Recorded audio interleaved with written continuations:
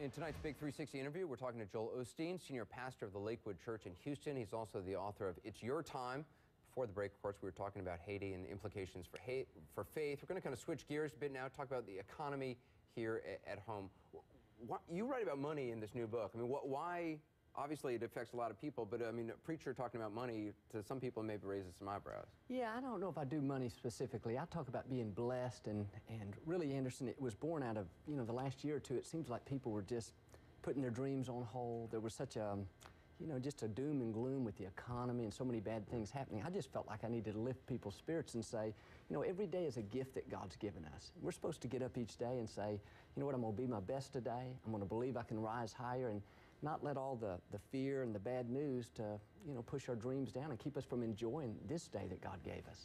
Someone once said to me a couple of years ago talking to me as a friend, saying, it's time to stop trying to survive and start trying to live. And its echo is in something I think you write in the book, which is about not just surviving, but actually thriving.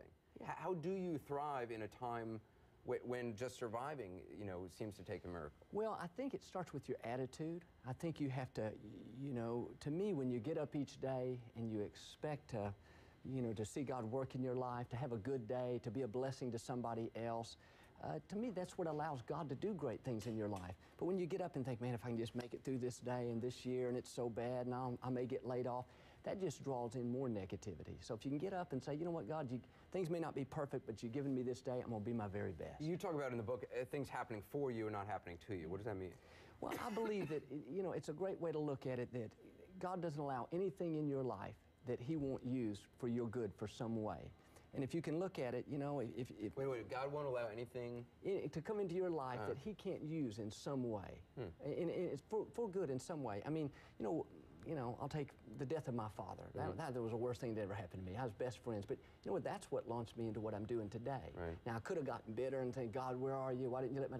But I really believe if you look at it, you go through some kind of loss, or you lose your job, or something bad happens. If you keep the right attitude, it may not happen overnight. I mean, those people in Haiti, it's not going to happen overnight, but I believe over time you will see how God can still use that for your good. It is fascinating to me how, and I see it all the time in these situations and in my own life, is like how some people survive and others don't. I mean, why do, two brothers growing up, why does one make it and one not? Why does, and a lot of it seems to be how somebody responds to a situation, how they interpret a situation. Two people can have the same situation affect them, but it's all how you interpret it and take it to heart. I think you're right. I think you're exactly right.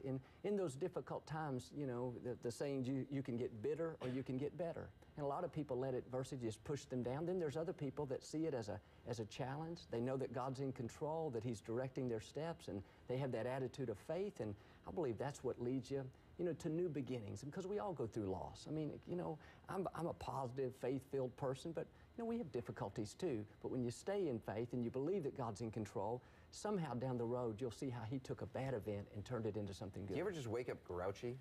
Yeah, sometimes. I find that hard to believe. Well, every once in a while. But I do what I tell other people to do. Find something to be grateful for and go out and do something good for somebody else. If you'll make somebody else's day, God will make your own day. Pastor Osteen, appreciate it. Thanks, Anderson. Really pleasure. Joel Osteen.